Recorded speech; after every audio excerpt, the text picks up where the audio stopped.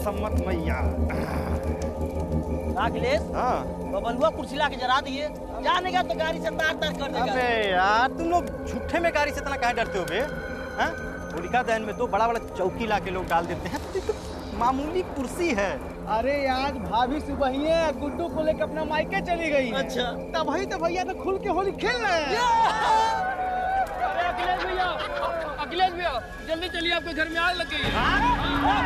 चल चल चल चल भाई।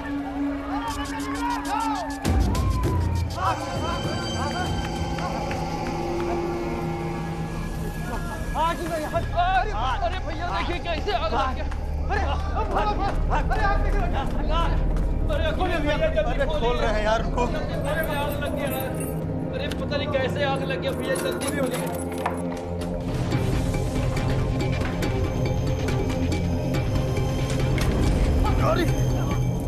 पानी लेके आओ, पानी लेके आओ जल्दी। जल्दी पानी लेके आओ, पानी लेके आओ। जल्दी जल्दी जल्दी जल्दी जल्दी जल्दी पानी।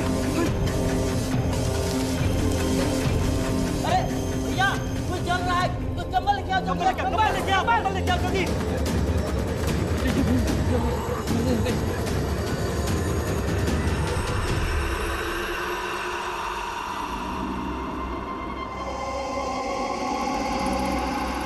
सविता,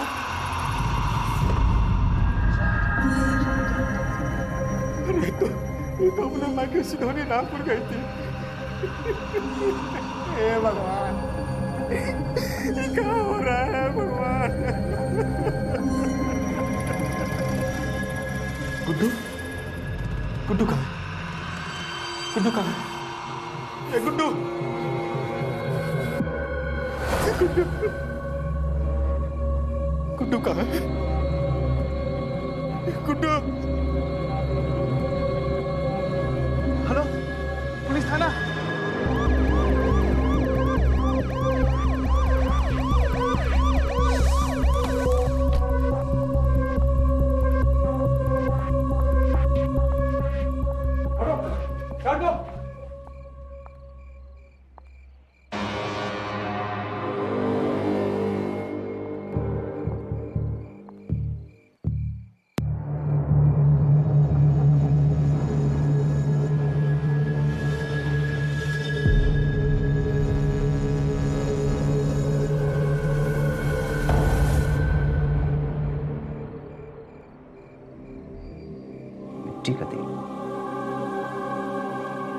ये औरत कौन थी?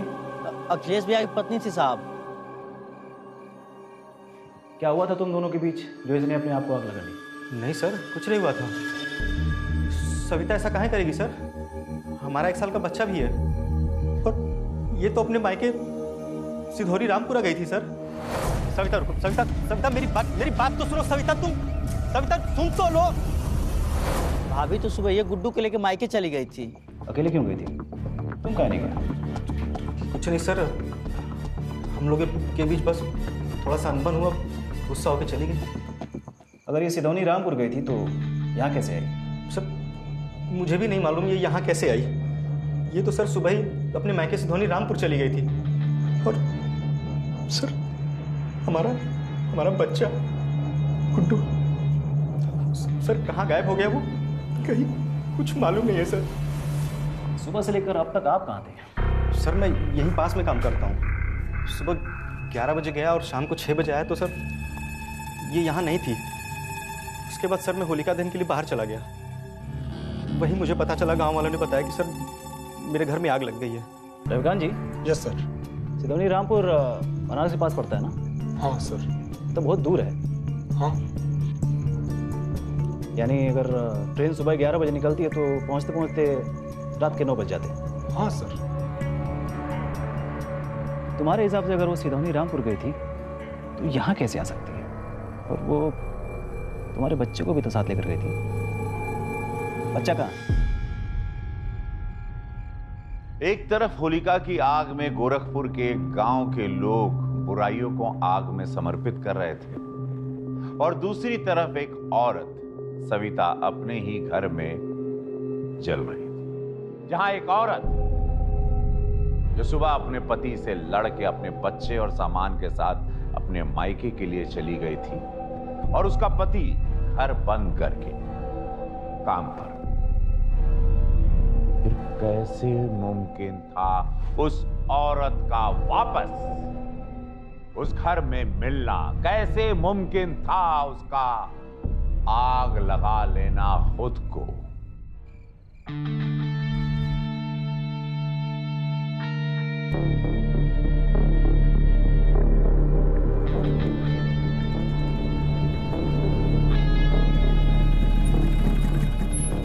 सर,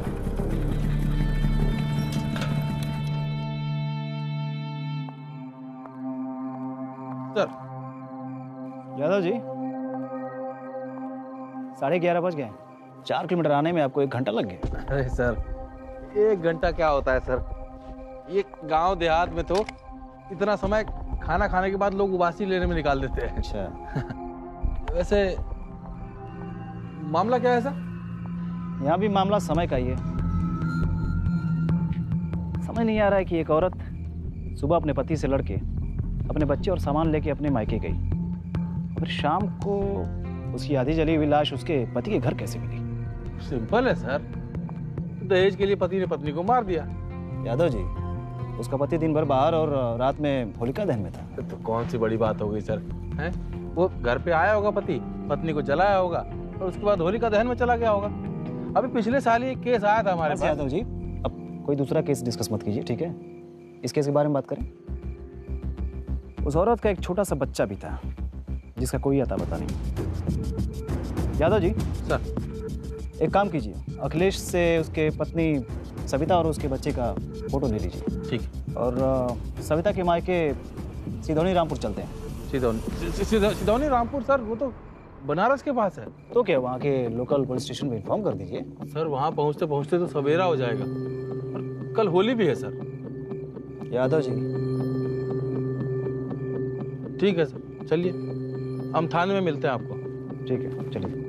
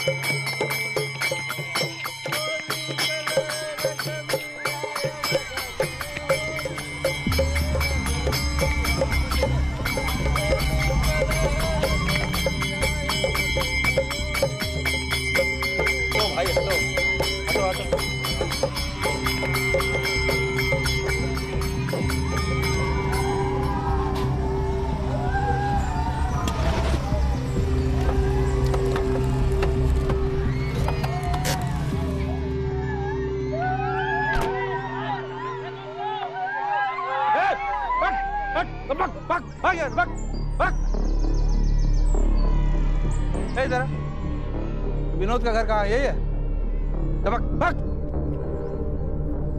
अरे बबलुआ, खूब खेल रहा होली। अरे खूब खेलो, आज तो मजा है। भैया, आप में से विनोद कौन है?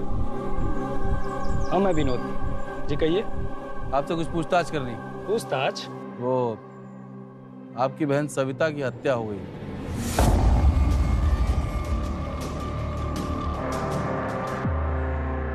उस अखिलेश ने ही मारा होगा उसको। 5 साल पहले सविता को जब भगाकर हमारी इज्जत मिट्टी में मिला दी थी, और अब जब उसका मन भर गया होगा तो मार दिया होगा उसको। आप लोगों की सविता से आखिरी बार कब बात हुई थी? बाप, हम लोग तो उसका नाम भी सुनना पसंद नहीं करते हैं। भले वो दुनिया के लिए आज मरी है, लेकिन हमारे लिए तो 5 साल पहले ही मर चुकी थी। सर, घर वाले बिल्कुल ठीक बोल रहे हैं। ये अखिलेश ने मारा है उसको। क्या पता? क्या पता नहीं सर, पति पत्नी में झगड़ा होता है और ऐसा होने के बाद। सर रुकिए सर। सर, वो भैया वहाँ थे इसलिए मैं कुछ बोल नहीं पाई सर। सर, मेरी दीदी से बात होती थी कभी कभी। हम दोनों एक दूसरे को चिट्ठियाँ लिखा करते थे। ये कुछ चिट्ठी है जो दीदी ने मुझे भेजी थी कभी।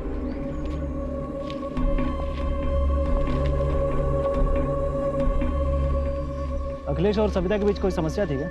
जी सर, वो दीदी और जीजा के बीच अक्सर लड़ाई हुआ करती थी। सर, एक बार तो जीजा जी ने उनके ऊपर हाथ भी उठाया था। दीदी की मौत के बाद अब मुझे लगने लगा है कि पक्का जीजा जी ने ही सब किया होगा। कविता, ये मामला इतना सीधा नहीं है। क्योंकि अखिलेश और उसके पड़ोस वालों के हिसाब से सविता अपने पति के साथ झगड़ा करके अपने बेटे गुड्डू के साथ यहाँ के लिए निकली, लेकिन तुम लोगों के हिसाब से वो यहाँ पहुँची ही नहीं और रात में उसकी लाश उसके घर से ही मिली है, लेकिन उसका बच्चा और उसका सामान नहीं मिला।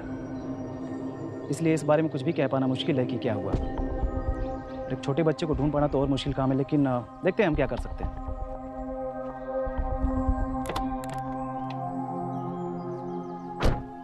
सर ये गुड्डू की कुछ फोटो है जो दीदी ने मुझे भेजी थी। उसके पैर के तलवे पे ये कुछ जन्म के निशान है। एक काम करो, तुम ये फोटो सेंड कर दो और हमारे कांटेक्ट में रहो, और कोई भी इंफॉर्मेशन मिलती है तो हमसे शेयर ज़रूर करना।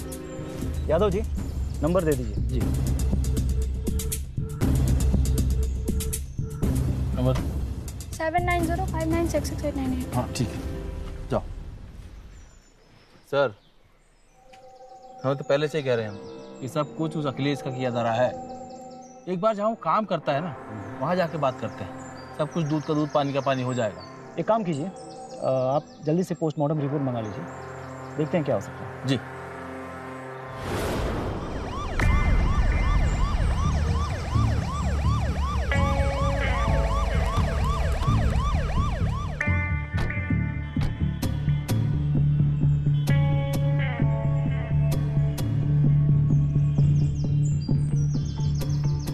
तो भैया अखिलेश कहाँ काम करता?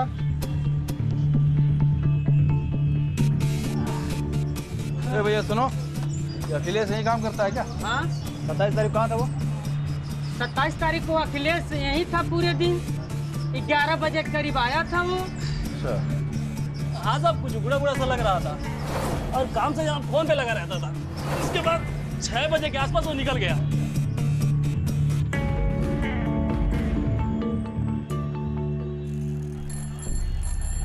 अरे वो पोस्टमार्टम रिपोर्ट लाया है सर, हम ही कहते हैं कि ये मंडी में लेके चले आओ। जाओ जाओ थाने जाओ। आइए। सविता की मौत रात को आग में जलने से नहीं, उसके सर में गहरी चोट लगने से हुई, वो भी 5:30 से 6:30 के बीच। मतलब सर अखिलेश ने पहले उसका सर फोड़ा और उसके 3 घंटे बाद जाके उसको जला दिया। ये 2 गिलास बनाइए भैया। सिंपल है सर, हमने आपको पहले ही कहा था, सिंपल केस है। ये एकमा में 3 साल पहले ऐसा ही एक केस हुआ था। जी कोई दूसरा केस मत सुनाइए, इस केस पे ध्यान दीजिए। ये सारा खेल समय का है। जब सविता की मौत हुई थी तो अखिलेश उस समय मंडी में था, फिर उसका मर्डर कैसे कर सकता है? आया नहीं कर सकता था भैया। नींबू डालिए। देखिए सर 6 बजे तक तो यही था, तो आधे घंटे में घर तो पहुंच ही सकता है ना। पहुंच तो सकता है, लेकिन सविता उस समय सिधौनी रामपुर के लिए निकल गई थी। लेकिन ये पता करना पड़ेगा कि सविता ने सिधौनी रामपुर के लिए ट्रेन ली थी भी या नहीं। अगर उसने ट्रेन नहीं ली थी तो यादव जी आपकी बात में दम है। तब सर एक काम करते हैं, चलते हैं सहजनवा स्टेशन।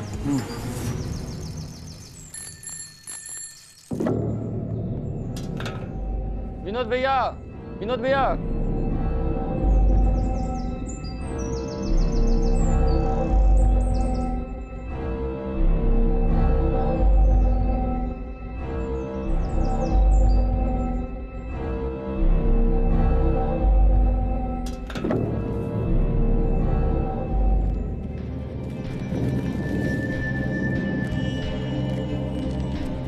बहन कविता, आशा करती हूँ कि तुम ठीक होगी, लेकिन मैं बिल्कुल ठीक नहीं हूँ। इनमें शक करने की आदत मुझे अब बहुत परेशान करने लगी है। कुछ दिन पहले इन्हें मुझे और राजवीर को लेकर शक हो गया है, जो हमको सिलाई सिखाता था।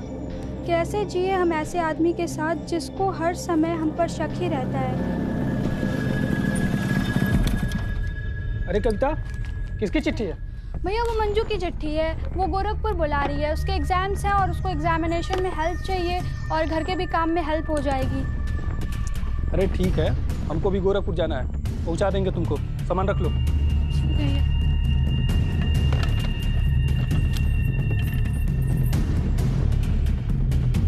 इस औरत को देखे हो कहीं? हाँ साहब देखे हैं, एक औरत के साथ एक बच्चा भी था। वाराणसी स्पेशल के टाइम पे आई थी ये। एक आदमी के साथ इसका झगड़ा हुआ, फिर दोनों स्टेशन की ओर चल दिए सर।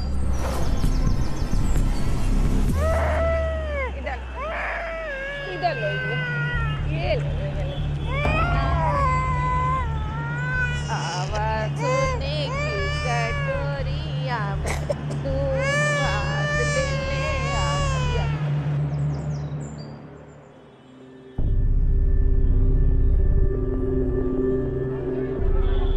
अरे भैया, राजवीर की दुकान यही है क्या? हाँ, राजवीर का दुकान तो यही है, लेकिन कुछ दिनों से बंद है। पता नहीं कहाँ गायब है। कब से गायब है? 27 तारीख से, जब से वो सविता मरी ना, तब से लगता है कि अखिलेश ने राजवीर का भी काम तमाम कर दिया। और वैसे भी औरत के चक्कर में पड़ेंगे तो अंजाम तो यही होगा ना। अरे ऐसे काहे कह रहे हैं भैया? अरे तो और क्या कहें? अरे पूरा गांव जानता है उसके बारे में। अभी कुछ ही दिन पहले यही दुकान के सामने हंगामा करके गया है। कान खोल के सुन ले, आज के बाद से अगर हमारी बीवी से मिला ना तो तुझे और तेरी दुकान में आग लगा दूंगा मैं। समझ में आया कि नहीं? और ऐसा लग रहा था कि अखिलेश राजवीरों को जान से मार डालेगा। तो तुम्हें भी लगता है कि राजवीर कारण है सबके पीछे? हाँ सर काहे कि सर उस दिन से वो भी लापता है। अच्छा ठीक है, देखते हैं, हम पता करते हैं। सर एक बात कहनी थी सर। हाँ बोलो। सर हम यहाँ आए हैं, ये बात आप भैया को मत बताइएगा सर। सर काहे कि हम उनसे झूठ बोलकर गोरखपुर में चाचा जी के यहाँ रह रहे हैं। काहे कि सर हमको पता करना है हमारी दीदी के साथ ये सब काहे हुआ। ठीक है।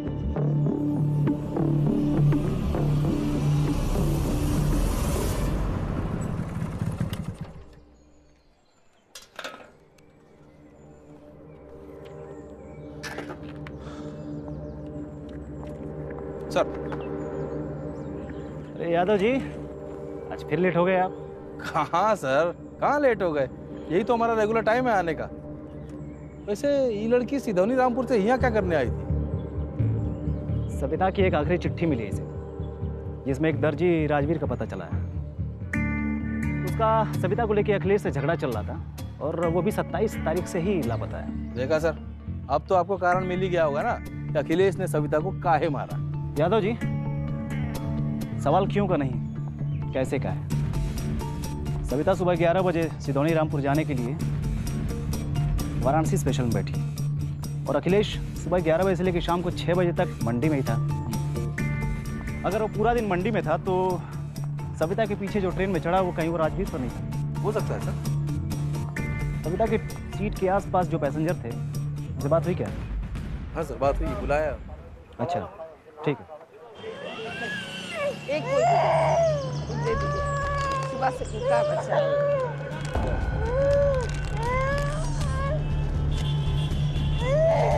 ले बाबू।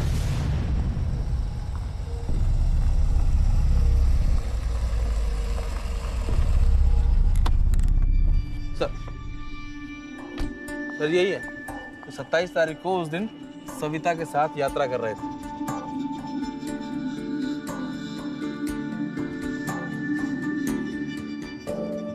ये वही औरत है जिसके साथ आप बैठे थे? हाँ साहब, ये तो वही औरत है।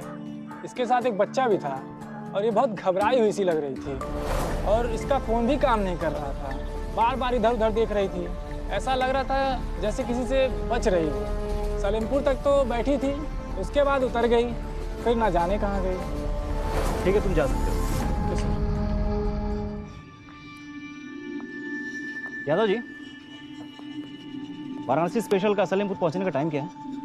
यही कोई 3 बजे के आसपास है। यानी सहजनवा से 4 घंटे दूर। अगर वो वापस भी आई होगी तो 7 साढ़े 7 बज गए होंगे। जी। और उसकी मौत का टाइम 5:30 से 6:30 बजे तक था।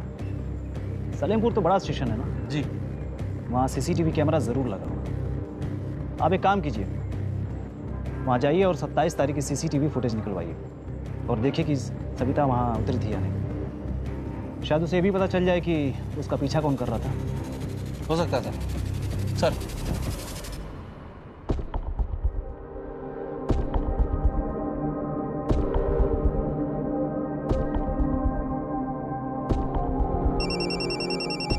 हेलो। जय हिंद सर। जय हिंद, जय हिंद। सर वो सलेमपुर स्टेशन का सारा सीसीटीवी फुटेज चेक कर लिया है सर। उसमें सविता कहीं भी ट्रेन से उतरते हुए नहीं दिख रही है सर। लेकिन अगर वो उतरी नहीं तो 3 बजे के बाद अपनी सीट पर से गई कहाँ? पैसेंजर ने भी तो यही कहा था ना। यादव जी, फुटेज तो अच्छे से चेक किया ना आप? कहा सर, काम चोर थोड़ी है। ठीक है। अच्छा, वो सलेमपुर स्टेशन पे टीटी तो चेंज होता होगा ना? सविता की बोगी में टीटी कौन था, पता लगाइए जरा। हाँ सर, पता लगाते हैं। हाँ ठीक है। अरे तिवारी जी आई। नमस्कार। नमस्कार। हाँ, क्या नाम बताया? वो सविता। सविता। तारीख कौन सी? 27 तारीख। 27 तारीख। सविता, हाँ याद आया। इसने तो अपनी सीट एक दूसरी औरत से अदला बदली की थी और उस औरत के पास परिवार के 2 टिकट, एक यश 1 में था, एक यश 2 में। इसलिए उसने सविता से यश 2 में जाने की रिक्वेस्ट की। यश 2 में कौन से नंबर की सीट थी उसकी? यश 2 में 30 नंबर सीट थी। 30?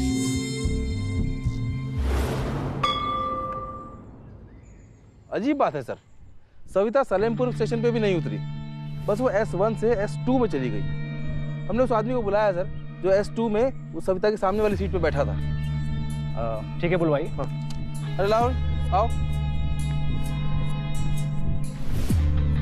सब लोग ये बैठी। यही औरत थी जिसके साथ आप सफर कर रहे थे? हाँ सर। क्या हुआ था इसके साथ? कोई पीछा कर रहा था या कुछ अजीब देखा हो आपने? सर, ये औरत मेरे सामने वाली सीट पे बैठी थी। इसके साथ एक बच्चा भी था और वो 25 नंबर वाली औरत के साथ इसकी अच्छी दोस्ती हो गई थी। दोनों पिपरीडी स्टेशन पे उतर गए साहब। पिपरीडी? जी। पिपरीडी कितने बजे आया था? यही कोई तकरीबन 4 साढ़े 4 बजे साहब। ठीक, अब जाइए। ठीक है, नमस्ते सर। 25 नंबर। यादव जी, ये 25 नंबर सीट वाली सुमलता का पता लगाइए। जी सर। सर, वो राजवीर जो लापता था, उसकी डेड बॉडी मिली है। पिपरीडी कोतवाली से फोन आया था सर। पिपरीडी में? जी सर।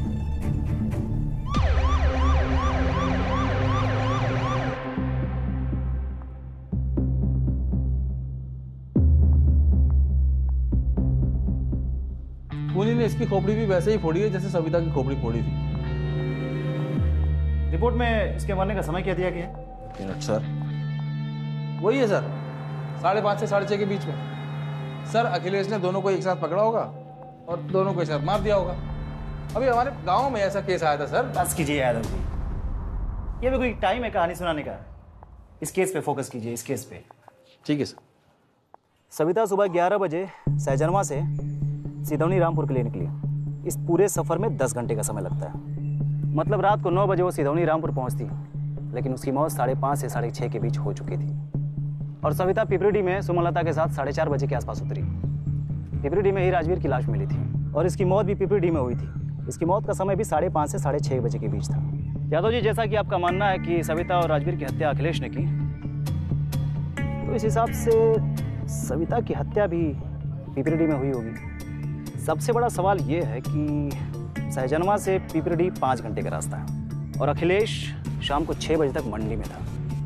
फिर वो मंडी से पिपरीडी पहुंचा कैसे? और अगर अखिलेश ने दोनों की हत्या की भी है, तो फिर उस सविता की लाश को लेकर सहजनवा के पास अपने गांव जैतपुर क्यों और कैसे पहुंचा? और गांव वालों के बयान के हिसाब से अगर अखिलेश 9 बजे तक होलिका दहन की तैयारियों में लगा हुआ था, तो फिर उसने अपने घर में सविता को आग कैसे और कब लगाई? यादव जी, हम इस केस में बिल्कुल भी आगे नहीं बढ़ पा रहे हैं। हमें और फुर्ती से काम करना पड़ेगा। अच्छा, वो सुमलता तक कुछ पता चला? हाँ सर, वो पिपरीडी में मीरा नगर इलाके में रहती। बहुत बदनाम इलाका है सर। पता नहीं सविता वहाँ क्यों गई थी। ये तो अब वो वहीं जाके पता चलेगा।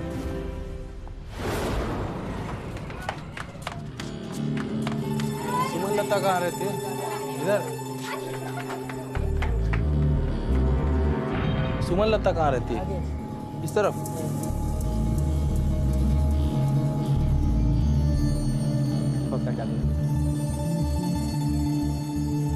ये सुमलता यहीं की रहती है क्या? सुमलता रहती तो यहीं है, दिखाई नहीं दे रही कई दिनों से। हाँ, हो सकता हो कि अपने गांव गई हो, क्योंकि ज़्यादा दिन हो गए उन्हें दिखा दे रही, काफी दिनों से।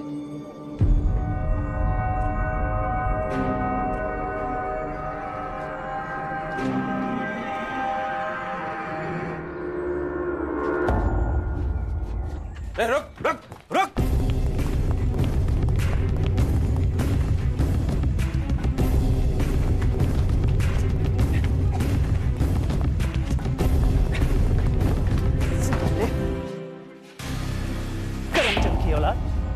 कौन है रे तू? हाँ, क्या क्यों कर रहा था हमारा? सर, ये पक्का इसको जानता होगा। सुमन लता को जानता होगा। बता, जानता है कि नहीं जानता? हाँ, जानते तो है साहब।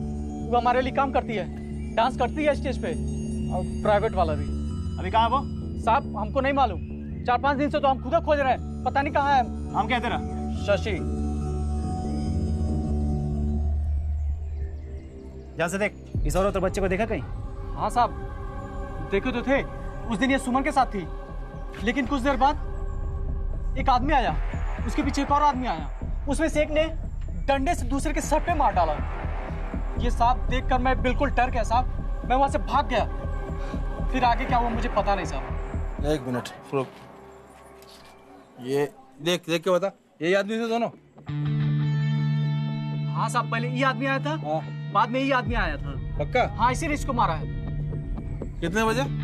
वही करीब 5-5:30 बज रहे होंगे। यादव जी। जी सर। इसका रिकॉर्ड लोकल पुलिस थाने में दे दीजिए और बोल दीजिए कि हर रोज इसकी हाजिरी लें। ठीक है सर। पकड़ इसको। ले जा से। सर, हमें तो लगता है कि ये सच कह रहा है। यादव जी, हो सकता है ये सच कह रहा है। हाँ। लेकिन सविता की लाश को लेकर पिपरी से 5 घंटे की ट्रेन का रास्ता वो 3 घंटे में कैसे तय करे? और क्यों? वो चाहता तो सविता को मारकर उसकी लाश वहीं फेंक सकता था जहां उसने राजवीर की लाश फेंकी। आप एक काम कीजिए। जी सर। आप सहजनवा रेलवे स्टेशन के बाहर जाके फिर से पूछताछ कीजिए और ये पता लगाने की कोशिश कीजिए कि पिपरीडी से सहजनवा जाने के लिए कोई और रास्ता है क्या? जी सर। अच्छा हाँ, वो सविता का फोन चालू हुआ क्या? पता करता हूँ सर। ठीक है। एक औरत 11 बजे की ट्रेन पकड़ती है, किसी और औरत के साथ रास्ते में उतर जाती है करीब 4:30 बजे और फिर रात के 10 बजे उसकी लाश वापस उसी के पति के घर पर जलती हुई मिलती है। कैसे? हर सबूत और गवाह बार बार इशारा कर रहे थे सविता के पति की तरफ, अखिलेश की तरफ। लेकिन अखिलेश के साथ मंडी में काम करने वाले लोगों के बयान के हिसाब से वो तो 6 बजे तक मंडी में ही था। इसके बाद पुलिस को एक ऐसी खबर मिली जिसने इस केस को पलट के रख दिया। देखिए। सुनो, यहाँ आओ। एक बात बताओ, इस औरत को देखे हो कहीं? हाँ सर। अच्छा। रात के लगभग 9:30 बज रहा होगा जब ये औरत इस बच्चा के साथ आई थी। जैतपुर गांव का छोटा सब्जी बाजार लगता है, वहीं छोड़े थे हम इनको। जैतपुर? जी सर। ठीक है, जाओ।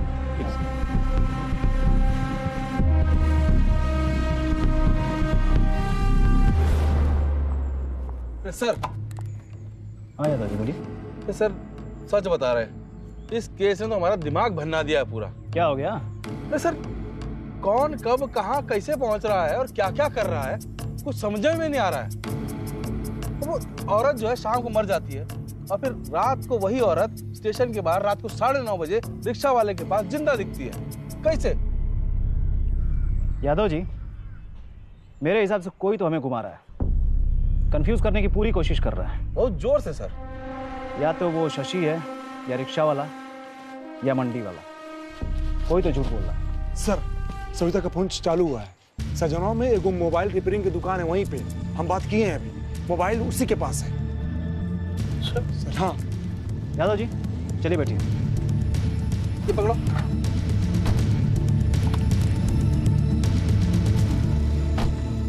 सर,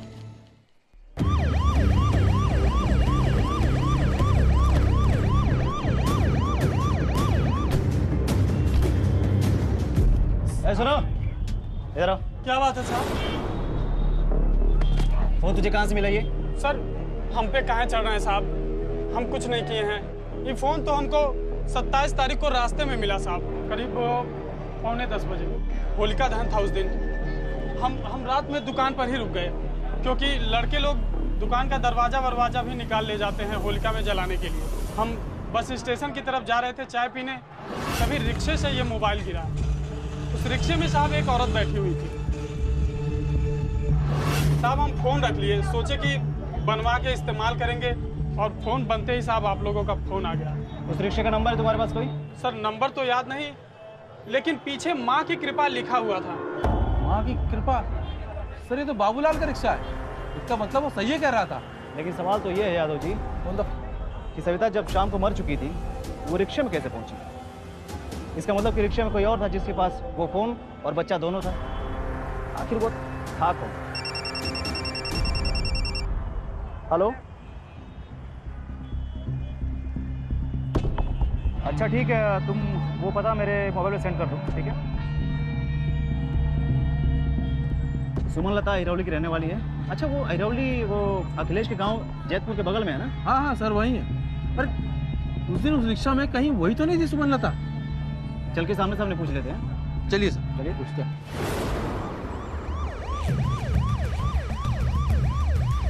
वो रही, पकड़ो उसे। वो रही, पकड़ो, पकड़ो उसे।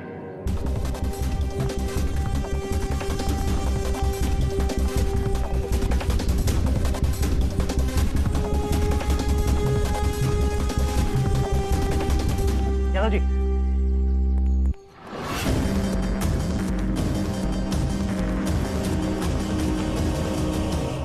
ले चलो इसे, चलो।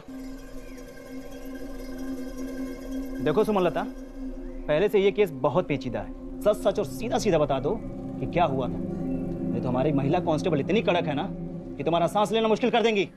नहीं साहब, हम कछु नहीं किया साहब, हम तो नाच गा के अपना पेट पालते साहब, और बेसहारा औरतों को सहारा भी देते। लेकिन उस सविता का कुछ समझ में नहीं आ रहा था साहब। अपने पति से झगड़ा करके आई थी और जहाँ जा रही थी वहाँ लोग उसका मुंह नहीं देखना चाहते थे साहब। ऊपर से वो उसका आशिक राजवीर वो ट्रेन में आ गया, जिससे वो बात तक नहीं करना चाहती थी साहब। वो तो ये तक नहीं समझ में आ रहा था कि देर रात में अगर वो घर पहुंचेगी भी तो कोई उसको घर में घुसने भी देगा कि नहीं। इसलिए हमने उससे कहा तुम हमारे साथ पिपरीडी उतर जाना, हम सुबह होते ही तुमको सिंधौली राम को छोड़ देंगे। वो मान गई साहब। हम दोनों लोग पिपरीडी उतर गए साहब। हमने सोचा था उसको पटा के अपने काम में ले लेंगे, खूब नोट छापेंगे, लेकिन उसको देख के लगा नहीं कि वो काम वो कर भी पाएगी कि नहीं।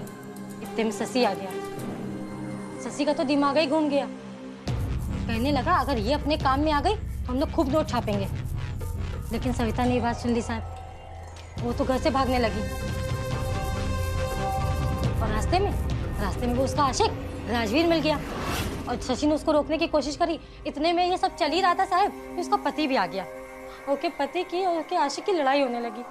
इतने में उसके पति ने राजवीर को मार डाला और अपना बच्चा लेके सविता के साथ चला गया। ये सब देख के हम बहुत घबरा गए थे साहब, इसलिए हम वहाँ से भाग गए। तो हम सविता के पति को बुलाते हैं, आप तो पहचानती होंगी ना? अरे हाँ हाँ साहब, काहे नहीं पहचानेंगे उस खूनी आदमी को? अभी तक पहचाना क्यों नहीं? ये है सविता का पति अखिलेश। मैं कहा था ना कि सीधा सीधा और सच सच बताना, लेकिन तुम मानी नहीं। अब मेरी महिला कांस्टेबल तुम्हें बताएंगे। रितु, यही खुलवाएंगी तुम्हारा मुंह? नहीं साहब, हम सब कुछ बताते, हम सब कुछ सच सच बताते साहब। ये आदमी नहीं आया था साहब, लेकिन सविता का आशिक राजवीर आया था, उसको ले जाने की कोशिश कर रहा था साहब, लेकिन शशि ने ऐसा होने नहीं दिया। शशि ने उसको मार डाला साहब, उसकी लाश को ठिकाने लगा दिया। हम बहुत डर गए थे साहब, इसलिए हम अपने गाँव निकल गए। यादव जी, पिपरीडी थाने में इन्फॉर्म कीजिए कि शशि को जल्द से जल्द कस्टडी मिले। सविता तुम्हारे घर से किस तरह भागी थी? सर, गोला बाजार की तरफ। बाबू, बच्चा भूखा है। अरे मैडम जी, ओ मैडम जी, कुछ दे दीजिए, बच्चा भूखा है सुबह से। अरे हमारा गुड्डू है, दीजिए। अरे हटो, हमारा बच्चा है। अरे दीजिए, ये आपको कहाँ मिला? ये मेरी दीदी का बच्चा है, दीजिए आप इसे। ये बच्चा तुम्हें कहाँ से मिला? ये मंदिर की सीढ़ी पर मिला था, अकेला पड़ा था तो हम उठा लिए। कहाँ और कितने बजे की बात है ये? 10 बजे से अधिक टाइम हो गया था। जैतपुर के मंदिर की सीढ़ियों पे मिला था। मतलब इस अखिलेश ने किया है सब कुछ। अपनी बीवी को तो मारिए दिया और बच्चा को भी फेंक आया। अब इस कसाई को तो हम नहीं देंगे ये बच्चा। ज्यादा जज मत बनिए, हमने नहीं मारा है किसी को, और ये खून हमारा है। अपने बच्चे को हम किसी को नहीं देंगे। चुपचाप खड़े रहो यहीं पे, वरना भूल जाएंगे कि कहाँ पे हो तुम। समझे? पीछे हट। समझ में नहीं आ रहा क्या तुम लोगों को? ये पुलिस स्टेशन है। और अखिलेश, तुम ये मत भूलो कि तुम इस मामले में अभी भी संदिग्ध हो, और इस हिसाब से ये बच्चा हम तुमको अभी नहीं दे सकते। ले जाइए बच्चा। चलो माँ।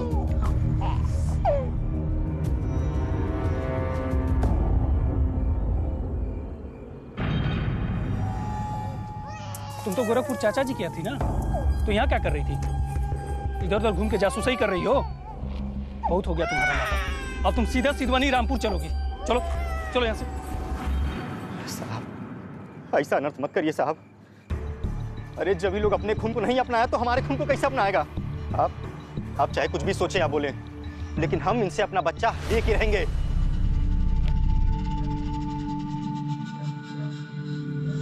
जाइए आप।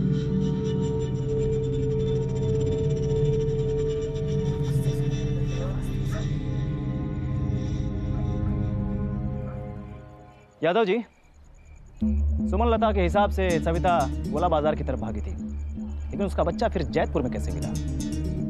हम लोग को कल सुबह गोला बाजार चलना पड़ेगा।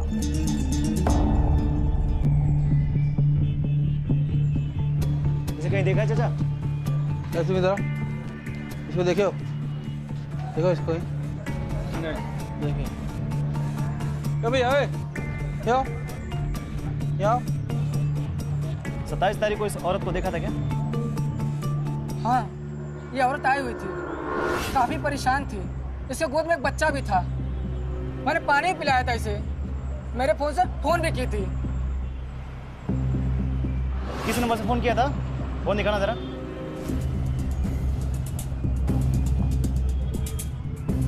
ये था क्या? ये वाला नंबर? हाँ। नोट कर लीजिए। गुड्डू को भूख लगी है। अच्छा, मैं दूध लेके आती हूँ।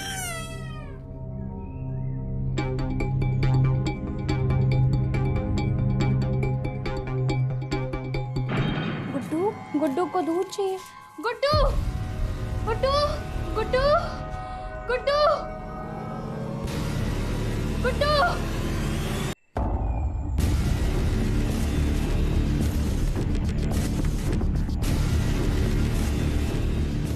ये क्या कर रहे हैं भैया?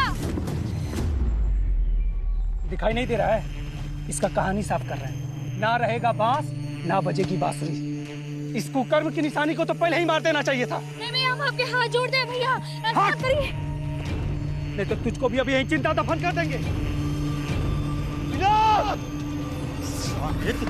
तेरी सही सच्चाई है। छोड़ मेरा बच्चा छोड़। मेरे बच्चे को दे। कविता पकड़ इसको। साले तेरी साले।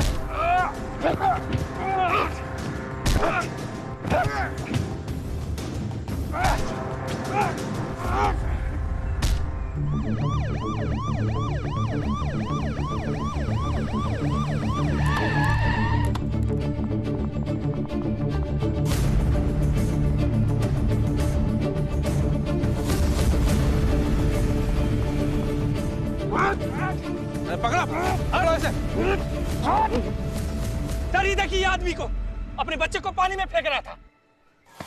ये ड्रामा बंद करेगा, गाड़ी में से पेट निकाले हम। गोला बाजार से सीधे यहीं आ रहे हैं हम। अखिलेश ने फोन किया था कि तुम बच्चे को लेकर नदी किनारे गए हो, और कविता भी तुम्हारे पीछे गई है। गोला बाजार याद है ना? सविता ने वहीं से फोन किया था ना तुझे? और 27 तारीख को तेरे फोन का लोकेशन भी गोला बाजार ही बता रहा है। अब बता क्या हुआ? हाँ, गए थे पिपरीडीह कविता का रिश्ता खोजने के लिए। तब उसने हमको फोन किया था। हेलो भैया, हम सविता बोल रहे हैं। हम पिपरीडीह के गोला बाजार में हैं भैया। हमको बहुत डर लग रहा है भैया, हमको बचा लीजिए भैया। अरे सविता, तू रो मत, तेरा भाई अभी जिंदा है, कुछ नहीं होगा तुमको। एक काम करो, जहाँ तुम हो वहीं रुको, हम अभी आते हैं। हम वहाँ पहुँचे तो उसने सारी बात बताई हमको। उसने पहले ही खानदान का नाम मिट्टी में मिला दिया था। अब हम और बर्दाश्त नहीं कर सकते थे, सुनसान जगह पर ले जाके उसको मार दिए।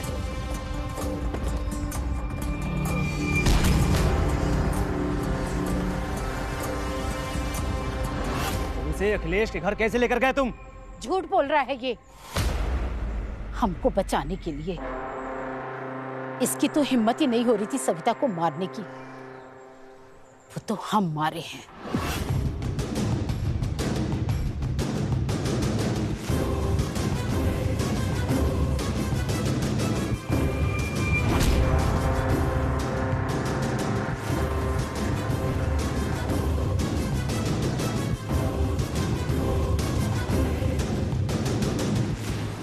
5 साल पहले कुकर्म करके हमारे और हमारे परिवार के मुख पर जो कालिक पोता था, उसके बाद विनोद को फोन करके अपना दुखड़ा रो रही थी। बच्चा के साथ घर आना चाह रही थी। अगर वो घर आ जाती तो समाज में हमारी क्या इज्जत रह जाती, और फिर कविता से कौन शादी करता? फिर गोला बाजार से इतना दूर जैतपुर अखिलेश के घर काहे लेकर गए उसकी लाश को? तो क्या, जिस आदमी की वजह से हमको इतना कुछ करना पड़ा उसको हम छोड़ देते? हम ही ने विनोद से कहा था कि सविता की लाश को अखिलेश की घर ठिकाने लगा दे, जिससे कि अखिलेश को जेल हो। हमारा एक तो सवाल था, ये पिपरीडीह से सजनवा पहुंचने में 5 घंटे का समय लगता है।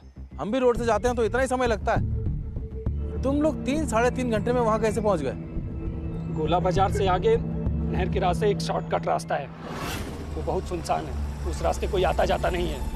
3-3.25 घंटे में हम लोग सहजनवा पहुंचे। अम्मा और गुड्डू को हम सहजनवा स्टेशन छोड़ दिए और सीधा अखिलेश के घर पहुंचे। सविता के पास से उसके घर की चाबी मिली और ताला खोलकर उसको घर के अंदर डाल दिए और मिट्टी की तेल डालकर उसको जला दिए, खत्म कर दिए।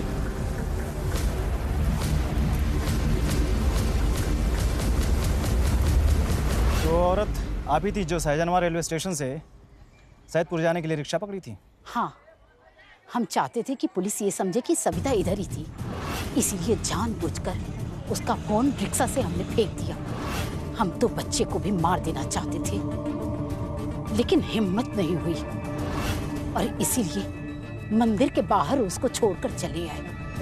हमारी माँ अक्सर कहती है कि एक औरत का दिल दरिया होता है, जिसके दिल में बहुत सारी ममता और प्यार भरा होता है, लेकिन आपको अपनी बेटी को मारते समय जरा सी भी ममता नहीं आई। कांस्टेबल, बिठाओ इन दोनों गाड़ी में।